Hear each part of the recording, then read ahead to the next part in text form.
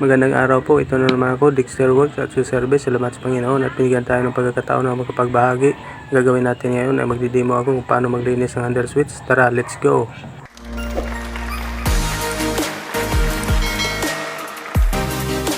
Bago ko mag-umpisa na mag-demo, ipapakita ko muna itong ginawa ko kahapon. Inayos ko to dahil ayaw gumana yung headlight na.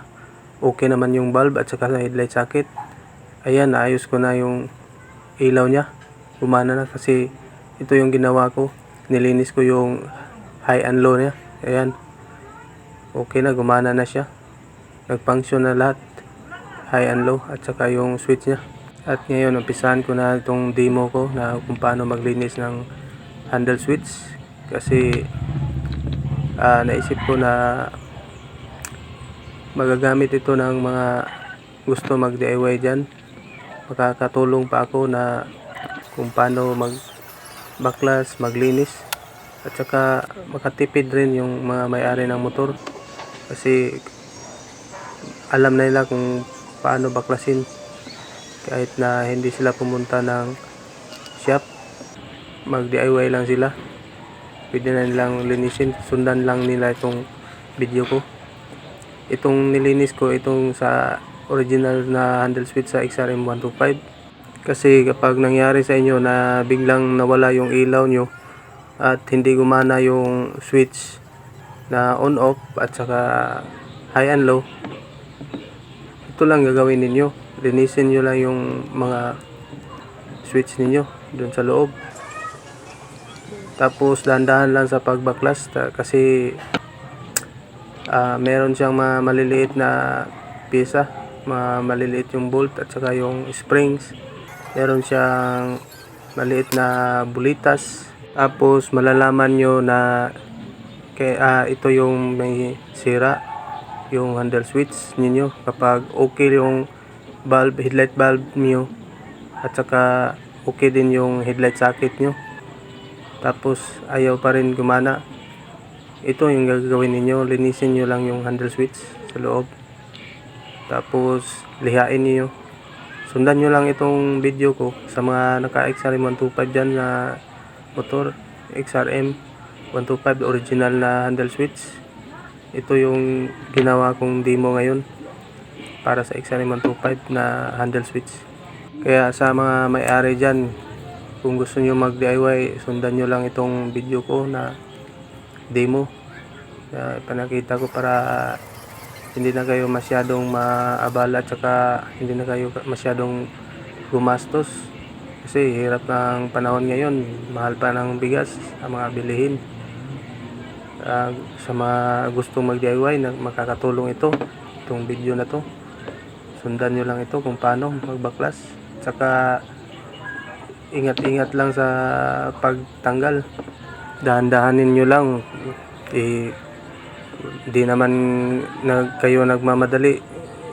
Pag may vacant time lang kayo, ito yung gagawin nyo kapag nangyari sa inyo na ayaw gumana yung ilaw. At saka makakaiwas pa kayo sa pagbili ng pyesa na hindi magagamit at hindi pa sira. Sayang naman. Pwede pa namang ayusin, i-repair tulad nito. Pwede rin na linisan lang, ayos na. Katulad ng video na pinakita ko kanina, yung may-ari ng Euro, yung Euro na motor 110 na okay yung bulb niya at saka okay yung headlight socket niya. Bibili sana siya ng headlight bulb, kaso pag testing ko ng headlight bulb niya, hindi pa sira, okay pa yung high and low, gumagana pa. Kaya sinabi ko sa may-ari na ibalik na natin to, tapos linisin ko lang tong handle switch mo. Ayan, pumayag naman siya, kaya naayos din, gumana lahat. Kasi yung high and low na push button niya, yun pala yung may corrosion na kinalawang yung mga nasa ilalim na wire. Kung nakabili siya ng headlight bulb, sayang din kung hindi magagamit. Mahal pa naman yung headlight bulb, almost 100 plus. Sayang naman, pambili ng ulam or panggasolina na sana niya. O di ba, nakatipid pa siya. Labor lang yung binayaran niya sa akin. Ayan mga ka-works, malapit nang ikabit lahat itong sa handle switch. Okay na yung sa serbato, malinis na. Tapos ito yung sa signal light niya, yung signal light switch. Ibalik ko na rin ito. Kunting tapes ko lang mga ka-works o sa mga may-ari dyan ng mga motor para maiwasan itong ganito na corrosion. Maglagay kayo ng penetrating or W40 dito sa mga push button niya, sa mga switches mo. I-spray nyo lang sa labas, kasi pag sa pamagitan ng pag-spray nyo, penetrate lang yan sa ilalim, tapos maiwasan ng pagpasok ng tubig at saka yung alikabok, lalabas yan. Tapos magiging malinis na sa loob kasi pangtanggal ng corrosion at saka kalawang yun. Pero kung grabe na talaga, hindi nyo na-maintain ang paglagay ng W40 or penetrating oil yung mga switches nyo, ganito yung mangyayari. Ito lang yung gagawin nyo, kasi ito hindi na ito dadala ng penetrating kasi matagal na to, makapal na yung kalawang niya at saka yung corrosion. Yan, para maiwasan sa mga bago na mga motor, maglagay lang kayo ng penetrating bago kayo mag washing or mag car wash.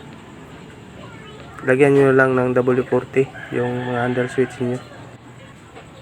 Ayan, smooth na yung horn switch nya, saka yung signal light switch okay na rin, at saka yung high and low na ayos na rin. Maraming salamat po sa nag-like, share at nag-subscribe sa YouTube channel ko. Peace out. Pagpalain po kayo ng Panginoon.